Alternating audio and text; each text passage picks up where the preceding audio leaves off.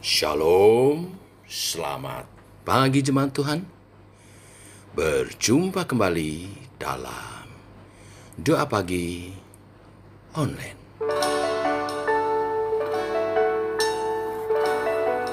Anugerahmu mempesona.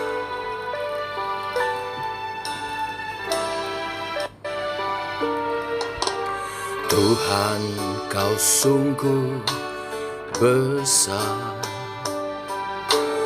karyamu sungguh ajaib, tiada hentinya ku mengagumi, sungguh kau ajaib. Tuhan, kau sungguh besar, karyamu sungguh ajaib, tiada hentinya ku mengagumi, sungguh kau ajaib.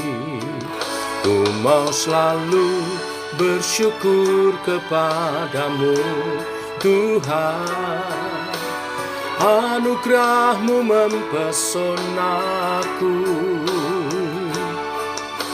Selalu dan selalu kau angkat hatiku, kau membuatku berharga di matamu.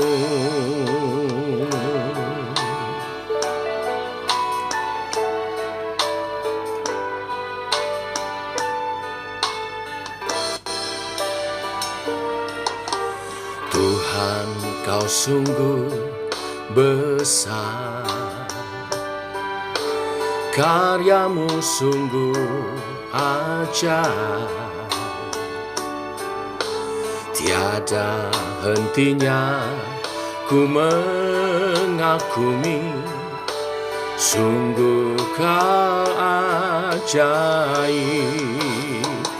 Ku mau selalu bersyukur kepadamu Tuhan, anugerahmu mempesonaku. Selalu dan selalu kau angkat hatiku, kau membuatku berharga di matamu.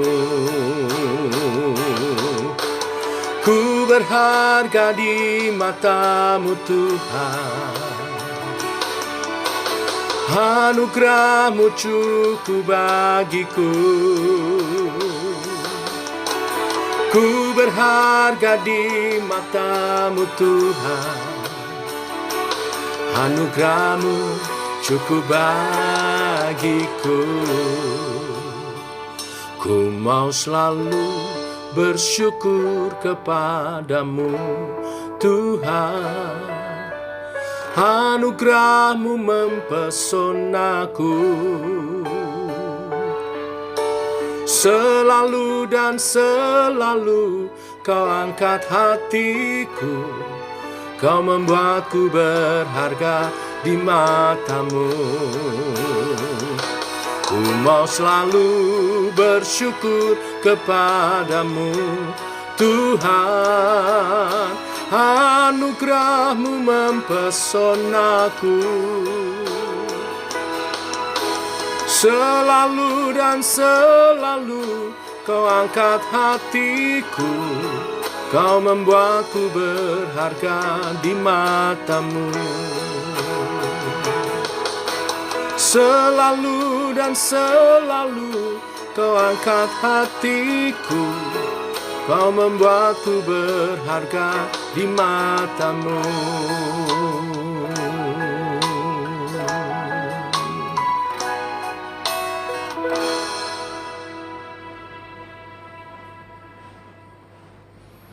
Tiba waktunya untuk kami merenungkan firman-Mu. Firman-Mu adalah suluh dan terang bagi jalan kami. Berfirman Tuhan, terangi jalan kami, tuntun langkah kami, seturut kehendak rencana-Mu. Dalam nama Tuhan Yesus Kristus. Amin. Bapak Ibu, kita lanjutkan seri berbahagia. Hari ini yang ketiga, berbahagialah orang yang lemah lembut, karena mereka akan memiliki bumi. Untuk itu mari kita baca Matius pasal 5 ayat 1 sampai dengan yang ke-5. Demikian firman Tuhan. Ketika Yesus melihat orang banyak itu, naiklah ia ke atas bukit, dan setelah ia duduk, datanglah murid-muridnya kepadanya. Maka Yesus pun mulai berbicara dan mengajar mereka, katanya, berbahagialah orang yang miskin di hadapan Allah, karena merekalah yang empunya kerajaan surga. Berbahagialah orang yang berduka cita, karena mereka akan dihibur. Berbahagialah orang yang lemah lembut, karena mereka akan memiliki bumi. Sampai di sini pembacaan kita. 2 hari yang lalu kita sudah mendalami orang-orang yang berbahagia dalam pemandangan mata Tuhan. Yang pertama, orang yang miskin rohani, miskin secara rohani di hadapan Allah, karena mereka akan mempunyai kerajaan surga, memperoleh keselamatan daripada Tuhan. Yang kedua, orang yang berduka cita karena dosa-dosanya, berkabung karena dosa-dosanya, karena merekalah yang akan dihibur, karena dosanya diampuni.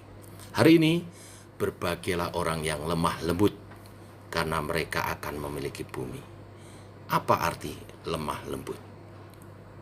Kata lemah lembut dalam bahasa Yunaninya adalah praus. Apa itu arti kata praus? Saya mengutip dari teolog William Barclay yang memberikan 3 hal untuk menjelaskan arti kata praus ini. Yang pertama, praus itu terletak di antara marah yang berlebihan dan tidak pernah marah. Jadi orang yang praus bukanlah tidak pernah marah, juga bukanlah orang yang marah-marah secara berlebihan, tetapi marah pada saat yang tepat. Tidak mudah marah, tapi kalau sampai dia marah itu marah pada saat yang tepat. Perlu diingat, marah yang tepat tentu bukanlah merupakan dosa. Beberapa contoh di Alkitab. Bilangan 12 ayat 3. Adapun Musa ialah seorang yang sangat lembut hatinya, lebih dari setiap manusia yang di atas muka bumi ini. Tetapi walau demikian, Musa yang disebut manusia yang paling lemah lembut di atas muka bumi, pernah marah. Dicatat di Keluaran 32 ayat 19. Demikian. Dan ketika ia dekat ke perkemahan itu dan melihat anak lembu dan melihat orang menari-nari, maka bangkitlah amarah Musa, dilemparkannya lah kedua loh itu dari tangannya dan dipecahkannya pada kaki gunung itu. Demikian juga dengan Tuhan Yesus. Tuhan Yesus menyebut dirinya lemah lembut, tetapi tercatat beberapa kali Tuhan marah. Di Matius 11 ayat 29, Tuhan berfirman, "Pikulah kuk yang kupasang dan belajarlah padaku, karena aku lemah lembut dan rendah hati, dan jiwamu akan mendapat ketenangan." Namun di Markus 3 ayat 5 dicatat, ia, maksudnya Tuhan Yesus, berduka cita karena kedegilan mereka, dan dengan marah ia memandang sekelilingnya kepada mereka, lalu ia berkata kepada orang itu, "Ulurkanlah tanganmu," dan ia mengulurkannya, maka sembuhlah tangannya itu. Juga dicatat dalam Yohanes 2 ayat 13-17, ketika hari raya Paskah orang Yahudi sudah dekat, Yesus berangkat ke Yerusalem. Dalam bait suci didapatinya pedagang-pedagang lembu, kambing, domba, dan merpati, dan penukar-penukar uang duduk di situ. Ia membuat cambuk dari tali, lalu mengusir mereka semua dari bait suci dengan semua kambing, domba, dan lembu mereka. Uang penukar-penukar dihamburkannya ke tanah, dan meja-meja mereka dibalikkannya. Kepada pedagang-pedagang merpati ia berkata, "Ambillah semuanya ini dari sini. Janganlah kamu membuat rumah Bapakku menjadi tempat berjualan. Maka teringatlah murid-muridnya bahwa ada tertulis, cinta untuk rumahku menghanguskan aku. Bapak Ibu, kita tahu ada kemarahan yang bersifat egois atau selfish. Misalnya kalau kita marah karena ada orang yang berbuat salah kepada kita. Kemarahan yang demikian adalah kemarahan yang salah, yang tidak diajarkan oleh kebenaran firman Tuhan. Kita mesti bisa mengampuni orang yang bersalah kepada kita. Tetapi ada kemarahan lain, kemarahan yang terjadi pada waktu kita melihat orang lain ditindas, atau pada saat kita melihat suatu dosa, atau pada saat kita melihat adanya ajaran sesat. Jelas merupakan kemarahan yang benar. Inilah yang dimaksud kemarahan itu. Dalam Wahyu 2 ayat 2, jemaat gereja Efesus dipuji oleh Tuhan karena mereka tidak dapat sabar terhadap orang-orang yang jahat atau rasul-rasul palsu. Nah, inilah arti kata praus yang pertama. Tidak mudah marah, tapi bisa marah pada hal-hal yang salah. Lalu arti kata praus yang kedua. Praus juga digunakan terhadap hewan yang sudah dijinakkan, dikuasai, sehingga tunduk sepenuhnya pada pemilik atau majikannya. Jadi dalam arti ini, arti yang kedua ini yang disebut kata praus bagi orang percaya adalah orang itu dikuasai atau tunduk sepenuhnya kepada Tuhan. Contoh orang yang demikian, kalau saudara mendengar firman Tuhan yang mengoreksi hidup saudara, apalagi karena koreksi itu dalam tanda kutip, saudara secara penghasilan dirugikan atau berkurang penghasilan saudara, apakah saudara mau tetap tunduk?